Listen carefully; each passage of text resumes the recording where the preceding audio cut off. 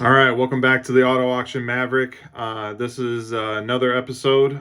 This is episode 2 of kind of what a day in the life is like. Okay, so at this point, if you watched the previous episode, if you haven't watched it, you're welcome to go back and watch it before this, or if you want to watch this and then watch the other one, I don't care. Okay. So basically what we have here is day 2. It's Wednesday for me. I'm in Milwaukee. I am obviously going to take you through everything, and hopefully you learn a thing or two. So, all right. So most people think the hard part is over after the first day. They're definitely wrong. By the time I go to bed Tuesday night, I've already put in a full day's work, but the alarm still goes off around 5 a.m. Wednesday morning. I eat breakfast at the hotel. I grab my things and make the 25 minute drive to Manheim, Milwaukee. My goal, be there before everyone else. Usually, when I wake up at 5, I can usually get to the auction around like 6 or 6:15. Normally, you can't get in at 6 or 6:15, but you just got to be cool with the people at security, and you can't be somebody that messes with cars either. And you need to be somebody that puts cars back when you are allowed to be previewing the cars and driving them. I say that because you're not allowed to test drive the cars on the day of the sale at Milwaukee. So obviously, like I said, my goal, be there before everyone else. Another reason is I want to cold start every single vehicle that is on my list. Okay, and most people like unhook things the morning of the auction so that there's a bunch of lights on the dash when it goes through the ring, so that they can get the car for less. I want to be ahead of all that. A warm engine can hide noises. I've definitely had instances where I've driven cars, the day before, and it sounded fine. I was sure of it, and then I went and cold started it, and I was like, whoa, that's not good.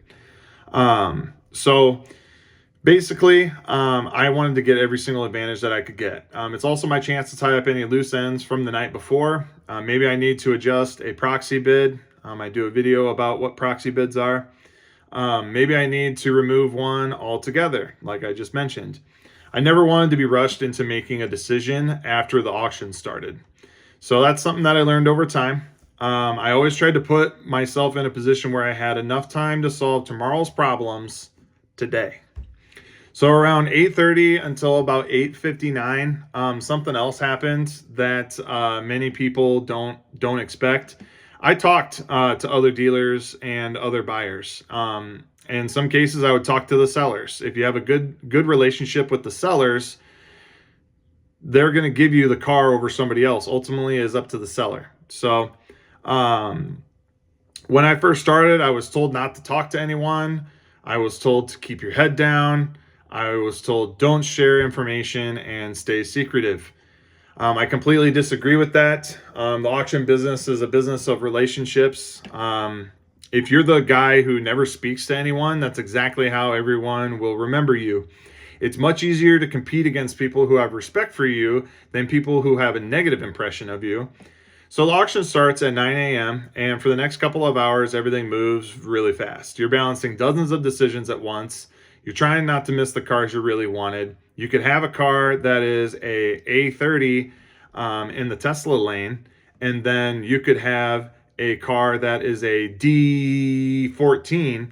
They could both come up at the same time, and you got to be there and you got to manage all that. So